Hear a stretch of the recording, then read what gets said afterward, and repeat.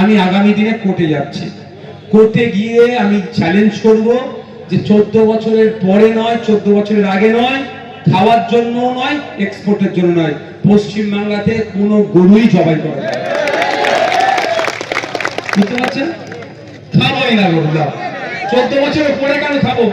14 বছরের আগে খাওয়া যাবে না, পরে খাওয়া যাবে না, তো টোটালটা যেমন খাওয়া যাবে না। আরেকটা গরু বিদেশে বিক্রি করা যাবে না, এই আইন করতে আমি করতে যাবো আমি মুখে রাখবো। কারণ আমরা ইলেকট্রাল বন্ড মানে এই রাজনৈতিক দলগুলোকে বড় বড় কোম্পানিরা টাকা দিয়ে সহযোগিতা করে।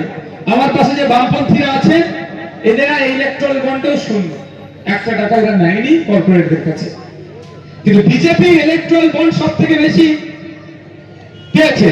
তার মধ্যে যারা আবার বিদেশে গরুকে জবাই করে বিক্রি করে, ওদের গরু যাই প্যাকেট হয়ে যাবে না, হালাল লিখতে হয়। আল কাবির নাম দিয়েছে কোম্পানির মালিক, উত্তরপ্রদেশ একজন ব্রাহ্মণ, হিন্দু ব্রাহ্মণ। আল কাবির নাম দিয়ে গরু বিক্রি করছে। ওই গরুটা বিদেশে না বিক্রি করতে পারে তার মামলা আমি করব। আর এক সমাজের হেভি অংশের মুসলমান আজকে তারা প্রতিজ্ঞাবদ্ধ হয়েছে এবারে টোটাল গরুই জবাই করব না। তারা যে প্রতিজ্ঞাবদ্ধ হয়েছে সেটাকে আমি স্বাগত জানাবো, তার বিরুদ্ধে আমি কথা বলতে পারবো না। কাঠের ব্রিজ বলছিল না, ভাঙড় 1 নম্বর থেকে 2 নম্বর যাওয়ার কাঠের ব্রিজটা কার হাতে হয়েছে? আমার। চন্ডিহাট থেকে শুরু করে এখন যেগুলো বাকি আছে, আগে থেকে বামনঘাটায় গিয়েছিলেন একটা কাঠের ব্রিজ আছে বাজারের উপর দিয়ে, ওরা বলেছে ফুট ব্রিজ করে দেওয়ার জন্য। সেগুলো হবে। যে কটা ব্রিজ আছে সে কটা আমরা করছি। বড়ালি ঘাটের ওই ব্রিজটা যখন খারাপ ছিল, তারপরে রিপেয়ারিং কার দাবিতে হয়েছে? আমি তো বিধানসভা মন্ত্রীকে বলেছি বলে হয়েছে। ওই বড়ালি ওই ব্রিজটাকে যাতে কংক্রিটে নির্মাণ করা যায়। আসলে ব্রিজগুলো অনেক খরচ। আমার বিধায়কের 3.5 কোটি টাকা 5 বছরে পাবো। যদি বছরে 3.5 কোটি হতো, অন্তত একটা বছরের টাকা দিয়ে একটা করা যেত। যাক, সেটার জন্য আমি লড়াই করব। আমি আশা করছি এগুলো সম্পূর্ণ হবে।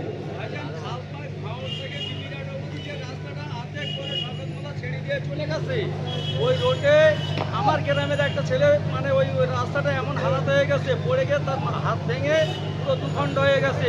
অনেক দুর্ঘটনা। আমি আপনাদের বলি, ওই রাস্তাটা যাতে আমাদের যারা এখানে আছেন বামপন্থী ভাইরা যারা আইসিএফে আছেন, এটা আপনার দায়িত্ব নিয়ে দেখুন টেন্ডার কে নিয়েছে। টেন্ডার যে নিয়েছে তার নাম, ফোন নাম্বার জোগাড় করুন, আমাকে ফোন করুন, নাম্বার দেবেন, আমি কথা বলবো। এটা পুরোটা রাস্তার জন্য তো টাকা বরাদ্দ হয়েছে, অর্ধেক রাস্তার জন্য তো হয়নি। বা যতটা হয়েছে ততটা কাজ করতে হবে। আর নালে পেনের খুচা কোথা দিতে যাবে, বাকি টাকাটা পেমেন্ট আমি আটকে দেবো। ওনাতে আমি বলবো ফোন নাম্বার নিয়ে ভাববেন না যে পার্সেন্টেজ দাও।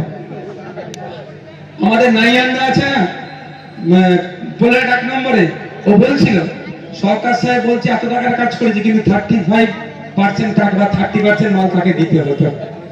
সেটা হতে দেবো না। আজ হচ্ছে এগুলো পরামর্শ হচ্ছে, আপনার মাইকেও বলতে পারেন। আচ্ছা, মায়েদেরকে একটু তাহলে এটা বলে নি, তাহলে মায়েদেরকে কাছে এসে বলুন, অথবা চিল্লে বলতে পারবে না। আর কারো যদি তাহলে বলুন। আচ্ছা, কুরবানির কথা বলছে, কুরবানির কথা বলি। আমরা আইনের বাইরে চলতে পারবো না কেউ। হ্যাঁ বলছি ভাই, না এটা বলবো। এই কুরবানির কথা বলে দিই আগে।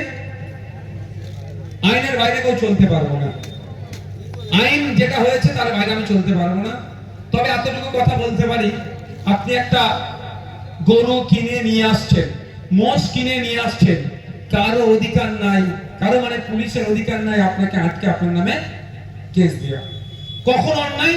যখন আপনি ছুরিটা চালালেন, হত্যা করলেন, জবাই করলেন। এটুকু মাথায় রাখুন, 1 নম্বর কথা।